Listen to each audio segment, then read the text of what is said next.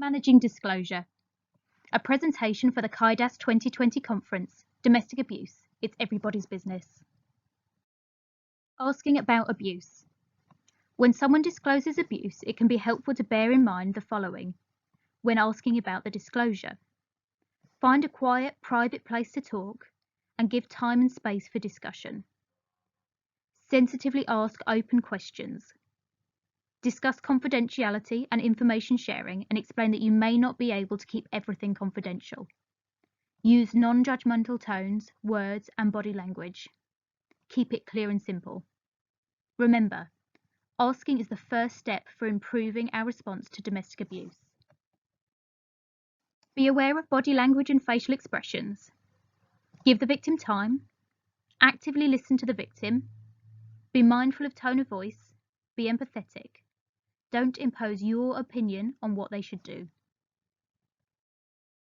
Ways to engage victims. We need to be really aware of minimization. Avoid using jargon. Be non-judgmental. Offer options and signpost. Inquire if the victim is engaging with other services. Be aware that stress and trauma affect memory. Ask if they have any questions.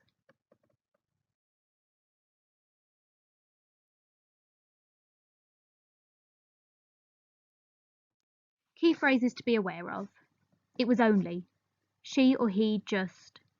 She or he didn't know what they were doing. It's not their fault. It shouldn't have. It was my fault really because.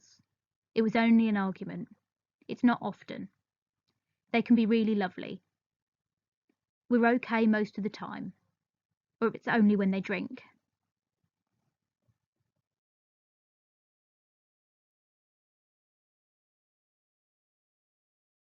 Disclosure. Recognize sometimes subtle signs. Ask about abuse. Don't make judgments. Validate. Show that you believe the disclosure and don't question its validity. Document where possible. Don't worry about being an expert, but refer on to agencies that can help safely. Signs that could alert you. Injuries that do not seem consistent with the explanation. A partner that will not leave the client alone, either at home or during an appointment. A carer who speaks on behalf of a patient. A regular pattern or visits to services. Missed appointments with vague explanations. Depression, negative coping strategies, self-harm. Response. The way you respond is important. Examples of this might be, you didn't cause this, it isn't your fault. You don't deserve to be hurt. I'm concerned for your safety and well-being. I believe you.